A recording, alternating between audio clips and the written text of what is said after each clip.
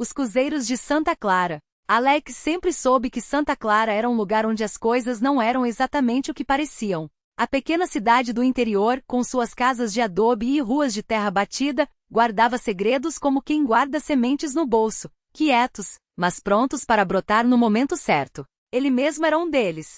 Enquanto os vizinhos o viam como o homem que consertava rádios e geladeiras na oficina herdada do pai, Alex, na verdade, passava as noites decifrando códigos em um velho computador conectado a uma antena parabólica improvisada. Não era espião, nem hacker. Era algo mais estranho, um ouvinte. Captava fragmentos de conversas que não deveria ouvir, frequências que não estavam nos manuais, vozes que sussurravam coisas sobre Santa Clara que ninguém mais parecia perceber. Sua esposa, Lúcia, era outra coisa que não se deixava definir facilmente. Casaram-se jovens, ela com 19, ele com 22, em uma cerimônia onde o padre benzeu a aliança com água tirada do poço da igreja, o mesmo poço onde, diziam, uma mulher havia se afogado séculos atrás por amor a um homem que nunca existiu. Lúcia tinha um sorriso que doía nos outros, daquele tipo que faz as pessoas baixarem os olhos ou sorrirem de volta sem saber por quê. E tinha também um jeito de olhar para Alex como se ele fosse um quebra-cabeça que ela montava e desmontava todos os dias, só para se certificar de que ainda sabia como fazê-lo.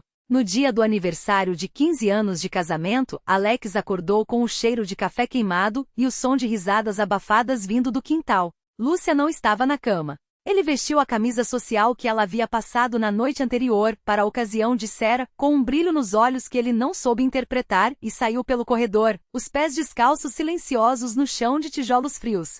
O que viu através da janela da cozinha o fez parar tão bruscamente que o café entornou da xícara, manchando o azulejo branco como uma mancha de tinta. No quintal, sob a sombra da gameleira centenária, havia uma mesa longa, coberta com uma toalha bordada por Lúcia anos atrás. Sobre ela, pratos de cerâmica cheios de comida que ele não reconhecia, um ensopado escuro com pedaços de algo que poderia ser carne, mas não cheirava como tal, pães redondos com crostas brilhantes como escamas, e uma jarra de um líquido âmbar que borbulhava levemente como se ainda estivesse fermentando. Ao redor da mesa, sentados em cadeiras desiguais, estavam 7 homens. Alguns ele reconheceu. O farmacêutico viçoso, que vendia remédios e conselhos em doses iguais, o professor de matemática do colégio, um homem alto e pálido que nunca olhava nos olhos de ninguém, o motorista do ônibus escolar, que sempre assobiava a mesma melodia sem nome. Outros eram estranhos, um homem de pele tão escura que parecia absorver a luz, vestido com um terno que não combinava com o calor de Santa Clara. Outro, de cabelos grisalhos e mãos cheias de cicatrizes finas, como se tivesse sido costurado e descosturado muitas vezes. E no centro deles, Lúcia. Ela estava radiante. Vestia o vestido verde esmeralda que guardava há anos, o mesmo que usará no dia em que dissera a Alex que estava grávida de um filho que nunca nasceu. No colo tinha um objeto que ele não conseguiu identificar à primeira vista, uma caixa pequena de madeira escura, com entalhes que pareciam se mover quando a luz batia neles. Os homens riam, falavam, tocavam nela como se fosse algo que pertencesse a todos, e ela os deixava, os olhos brilhando com uma satisfação que Alex nunca lhe vira antes. Ele deveria ter ficado furioso. Deveria ter quebrado a jarra de café, gritado, exigido explicações. Mas em vez disso, Alex sentiu algo mais profundo e mais estranho, uma curiosidade queimando como álcool em uma ferida. Porque ele conhecia Lúcia. Conhecia o jeito como ela mordia o lábio inferior quando mentia, como os dedos dela tremiam levemente quando estava com medo. E ali, naquela mesa, ela não estava com medo. Estava em casa. Foi então que o homem de cabelos grisalhos olhou diretamente para ele através da janela. Seus olhos eram de um azul tão claro que pareciam translúcidos, como gelo sobre água corrente. Ele sorriu, levantou a mão em um gesto que poderia ser um cumprimento ou um convite, e disse algo que Alex não ouviu, mas que fez Lúcia virar a cabeça lentamente, como se já soubesse que ele estava ali. Alex, chamou ela, a voz doce como mel com veneno. Venha se juntar a nós. Ele não se moveu. São meus amantes, disse ela, como se estivesse apresentando parentes distantes em um jantar de família. Ou pelo menos, é assim que você os chamaria. O farmacêutico viçoso riu, um som úmido e gutural. Ela sempre foi poética, seu Alex. Mas a verdade é mais simples, somos seus cozeiros. Alex franziu a testa. Meus o quê? Lúcia suspirou, como se estivesse explicando algo óbvio a uma criança. Seus cozeiros. Aqueles que compartilham o fardo. Aqueles que amam o que você não pode. O homem de pele escura estendeu a mão sobre a mesa, e por um segundo, Alex jurou ver sombras se movendo sob sua pele, como peixes em um rio profundo. Cada um de nós ama uma parte dela que você não vê, disse o homem. Não por malícia, Alex. Por necessidade. Necessidade de quê? A voz de Alex saíra mais alta do que ele pretendia. Lúcia levantou-se, o vestido esvoaçando como asas de um pássaro prestes a voar. Ela caminhou até ele, os pés descalços não fazendo barulho na terra batida, e tocou seu rosto com uma mão fria. Você ouve coisas que não deveria, Alex. Coisas que vêm de longe. Mas nunca ouviu ela. Ouvi quem? Santa Clara? Sussurrou Lúcia. A cidade. Ela fala. Ela sente. E nós somos os que a mantêm viva. Alex recuou, como se ela tivesse lhe dado um tapa. Você está louca. Não, disse o professor de matemática pela primeira vez olhando nos olhos de Alex. Você é que nunca prestou atenção. Santa Clara não é um lugar. É uma coisa. Uma coisa que precisa ser alimentada. E Lúcia é a sua guardiã. Lúcia pegou a caixa de madeira da mesa e a abriu. Dentro, havia um objeto que Alex reconheceu imediatamente, embora nunca o tivesse visto antes, um coração. Não um coração humano, mas algo que pulsava com uma luz fraca como uma lanterna coberta por um pano. Veias de um líquido dourado corriam por sua superfície, e a cada batida, o ar ao redor tremia levemente. Isso, disse Lúcia, é o coração de Santa Clara. E ele precisa de mais do que apenas um guardião. Precisa de amantes. Precisa de cozeiros. Alex olhou para os homens ao redor da mesa. Viçoso, o farmacêutico, tinha as unhas pretas como se estivessem podres, mas quando ele sorriu, Alex viu que seus dentes eram perfeitos, brancos demais. O motorista do ônibus escolar assobiava agora uma melodia que fazia os pássaros nas árvores ficarem silenciosos. O homem de pele escura tinha sombras que se moviam independentemente da luz. Você está me dizendo, Alex engoliu em seco, que minha esposa é casada com a cidade? Não, corrigiu Lúcia, fechando a caixa com cuidado. Eu sou a cidade. Ou parte dela. E você, Alex, é o único que nunca entendeu isso. Ele deveria ter corrido. Deveria ter pegado o carro, ido embora, nunca mais olhado para trás. Mas em vez disso, Alex sentou-se à mesa, porque algo dentro dele, algo que sempre soubera, mas nunca nomeara, reconheceu a verdade naquele momento. Ele tinha passado anos ouvindo vozes que não eram para ele. Talvez fosse a hora de ouvir a sua própria. Lúcia serviu-lhe um prato do ensopado escuro. Cheirava a terra molhada depois da chuva. Comece por aqui, disse ela. Depois, eu te mostro o resto. E quando Alex provou, soube que nunca mais seria o mesmo. Porque o gosto não era de carne nem de temperos. Era o gosto de Santa Clara. Era o gosto de casa. Naquela noite, enquanto a lua cheia brilhava sobre os telhados de adobe, Alex aprendeu que amar uma cidade é como amar uma mulher. Exige entrega, exige segredos. Exige que você se torne parte de algo maior do que si mesmo. E quando Lúcia o levou até o poço atrás da igreja, onde a água era negra como tinta e as paredes cobertas de nomes escritos em uma língua que ninguém mais falava, ele entendeu finalmente. Os amantes de Lúcia não eram homens. Eram partes. Pedaços de Santa Clara que precisavam ser amados para que a cidade não morresse. E Alex, com suas mãos que consertavam rádios e seus ouvidos que captavam frequências proibidas, era apenas mais um deles. Só que agora ele sabia. E isso fazia toda a diferença. A primeira vez que Alex mergulhou as mãos na água negra do poço, sentiu os dedos formigarem como se tocassem não um líquido mas uma memória viva. A superfície se partiu em círculos concêntricos que não obedeciam às leis da física, expandiam-se para dentro como se o poço respirasse. Lúcia ao seu lado não disse nada. Apenas segurou seu pulso com uma força que não condizia com seus dedos finos, enquanto as letras desconhecidas nas paredes começavam a brilhar tênues, como brasas sob cinza. Não eram palavras. Eram contratos. Cada nome gravado ali era um acordo selado com sangue, suor ou lágrimas, a moedas de troca por algo que Santa Clara oferecia e depois cobrava. Alguns pediam amor, outros esquecimento.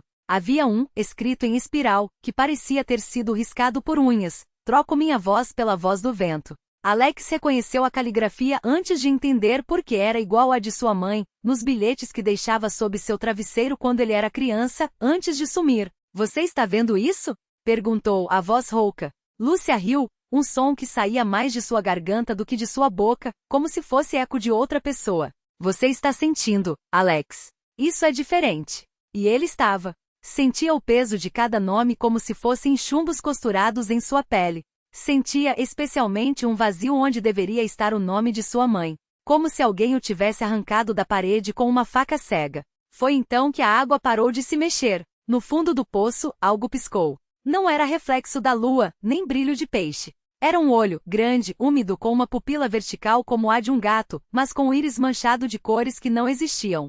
Quando pisca novamente, Alex viu, por um segundo, sua própria imagem refletida ali, não como era agora, mas como seria daqui a 20 anos, com cicatrizes no rosto e as mãos deformadas por queimaduras de solda. E ao seu lado, uma versão de Lúcia que não sorria, que não tinha olhos. Ela está te chamando, sussurrou Lúcia, apertando mais seu pulso. Mas você não precisa responder. Quem? A cidade, bobo. Santa Clara não é feita de ruas.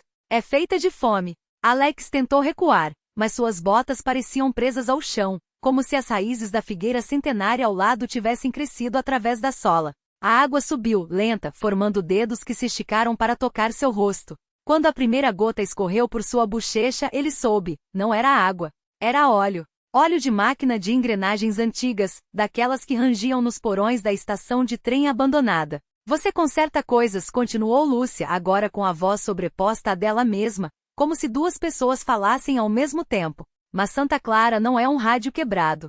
Não tem peças para trocar. Ela come as peças. E depois cuspe saudades. O olho no poço se abriu por completo. Desta vez, Alex não viu seu futuro. Vou uma paisagem. A praça central da cidade, mas sem pessoas, sem cores, sem som.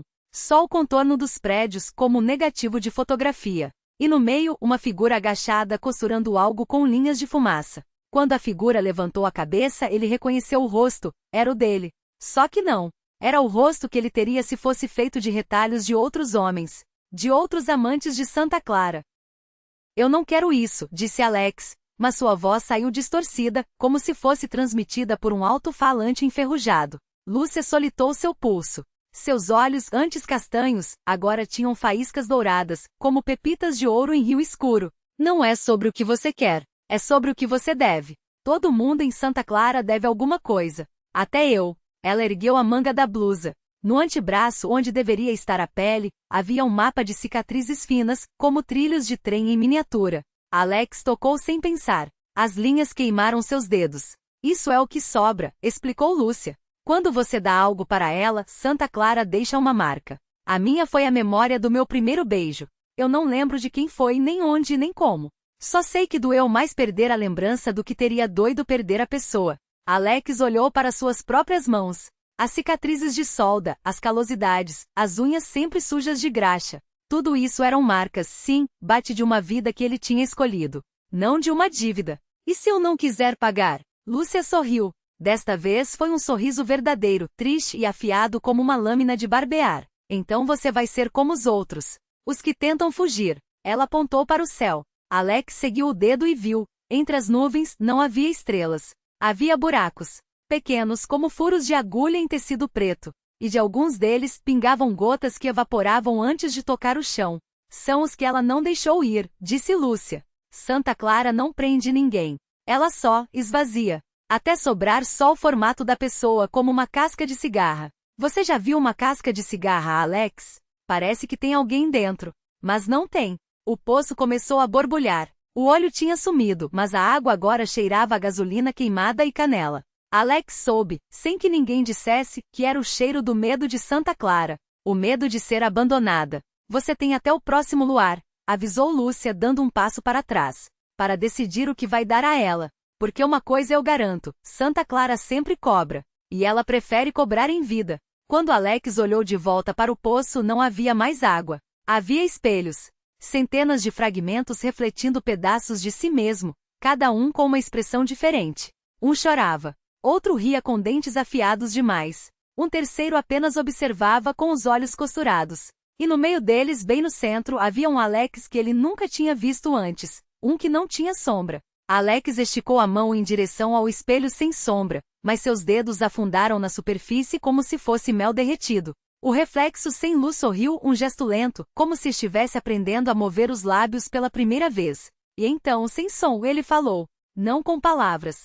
Com uma sensação que se espalhou pelos ossos de Alex como veneno quente. Você sabe o que ela quer. Alex sabia. Claro que sabia.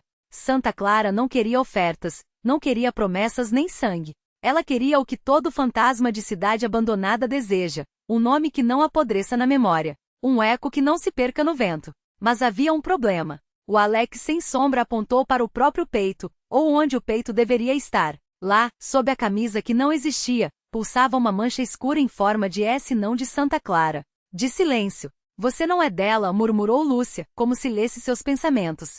Você é deles. E eles não gostam de dividir. Foi então que os outros reflexos começaram a se mexer. O que chorava engoliu as lágrimas e abriu a boca até os ouvidos, revelando uma língua feita de fios pretos que se contorciam como minhocas. O que ria mostrou os dentes afiados e os cravou no próprio pulso, sugando algo que não era sangue. E o de olhos costurados. Esse simplesmente se virou para trás.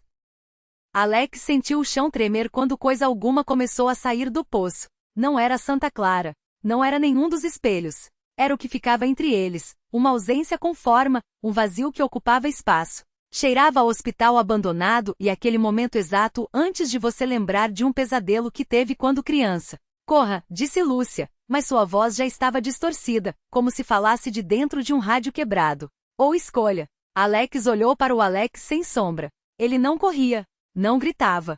Apenas estendeu a mão de novo, desta vez não para tocar, mas para puxar. E quando os dedos dos dois se encontraram, o mundo virou do avesso. Agora Alex estava no poço, ou dentro do poço, ou talvez o poço estivesse dentro dele. As paredes eram feitas de pele, sua própria pele, esticada e costurada em camadas, como se alguém tivesse descascado todas as versões que ele já havia sido e colado uma por cima da outra. No fundo, ou seria no teto? A mancha em forma de S pulsava como um segundo coração. Bem-vindo ao acordo, sussurrou uma voz que não era voz, mas o som de páginas de livros sendo rasgadas. Você tem até o próximo luar para decidir qual parte de você pertence a quem. Alex tentou gritar, mas sua boca estava cheia de espelhos. E em cada um deles, um rosto diferente olhava de volta. Nenhum era seu. O primeiro espelho estalou sem som, e o rosto que não era de Alex sorriu com dentes de vidro moído. Não era um sorriso, era uma equação sendo resolvida no ar, números pretos pingando como tinta de uma caneta furada. Cada gota que caía no chão se transformava em uma pequena criatura de 4 patas, meio aranha, meio relógio de parede, arrastando consigo o tic-tac de um tempo que não existia mais. Escolha é uma ilusão de quem ainda acredita em bordas, disse a voz que não era a voz, enquanto as criaturas relógio começavam a escalar as paredes de pele de Alex. Elas não subiam, desenrolavam partes dele como quem puxa um fio solto de um suéter. Cada puxão revelava um pedaço de memória que Alex não sabia que tinha, o cheiro de gasolina no dia em que seu pai queimou as cartas da mãe, o gosto de ferro na língua quando mentiu pela primeira vez para si mesmo, a sensação de areia entre os dentes na praia onde enterrou algo que ainda latejava. No centro do poço, ou seria no centro de si mesmo, a mancha em forma de S se abriu como uma boca. Não para engolir, mas para cuspir. Dela saíram 3 fios de lã preta, grossos como cabos de navio, cada um preso a um ponto diferente do corpo de Alex. Um no pulso onde os dedos de Clara o haviam tocado, outro na nuca, onde a cicatriz em forma de meia-lua coçava há anos, e o terceiro estava enfiado na sombra que ele projetava no chão. Uma sombra que agora respirava. Você não está escolhendo entre dar ou ficar, explicou a sombra, e sua voz era o eco de todas as vezes que Alex calou algo importante. Você está escolhendo qual versão sua vai ser a próxima a apodrecer. As criaturas relógio pararam de escalar. Em uníssono viraram seus corpos transparentes para ele, e Alex viu, através de suas carcaças de vidro, o próprio esqueleto, mas não o seu de agora. Era o esqueleto de um Alex que nunca existira, com costelas a mais, uma vértebra em formato de chave, e os dedos da mão esquerda soldados como se tivessem sido feitos para segurar algo que não podia ser largado. O acordo não é com ela, continuou a sombra, enquanto os fios de lã começavam a se encolher, puxando Alex para direções impossíveis. É com a coisa que ela enterrou dentro de você no dia em que você nasceu. E então Clara apareceu. Não do lado de fora do poço, não como uma memória, mas dentro dos fios de lã, tecida neles como um inseto preso em teia. Seu rosto era o mesmo, mas os olhos eram 2 buracos negros onde coisas se moviam. Coisas com muitas pernas. Coisas com muitas bocas.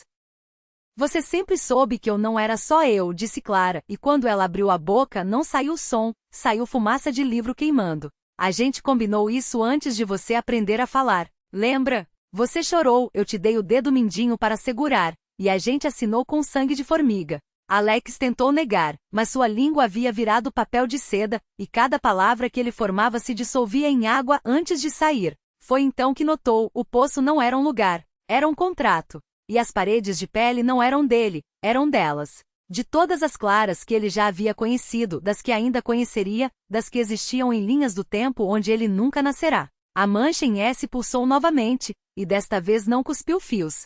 Cuspiu dentes. Centenas deles caindo como chuva, cada um com uma inicial gravada, a de Alex, C de Clara, e outros que ele não reconhecia, M, K, P, C.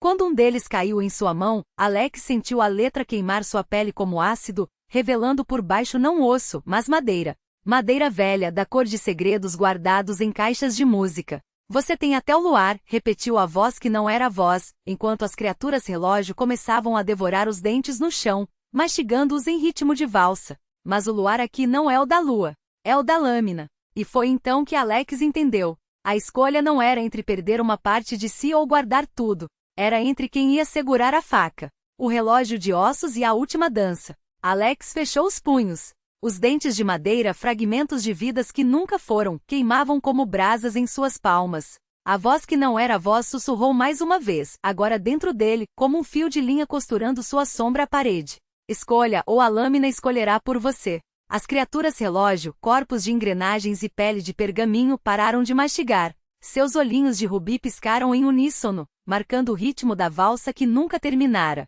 Uma delas, mais alta que as outras, estendeu um braço esquelético e depositou em seus dedos uma faca de cabo negro. Não era metal. Era silêncio solidificado. A lâmina não refletia luz, mas roubava.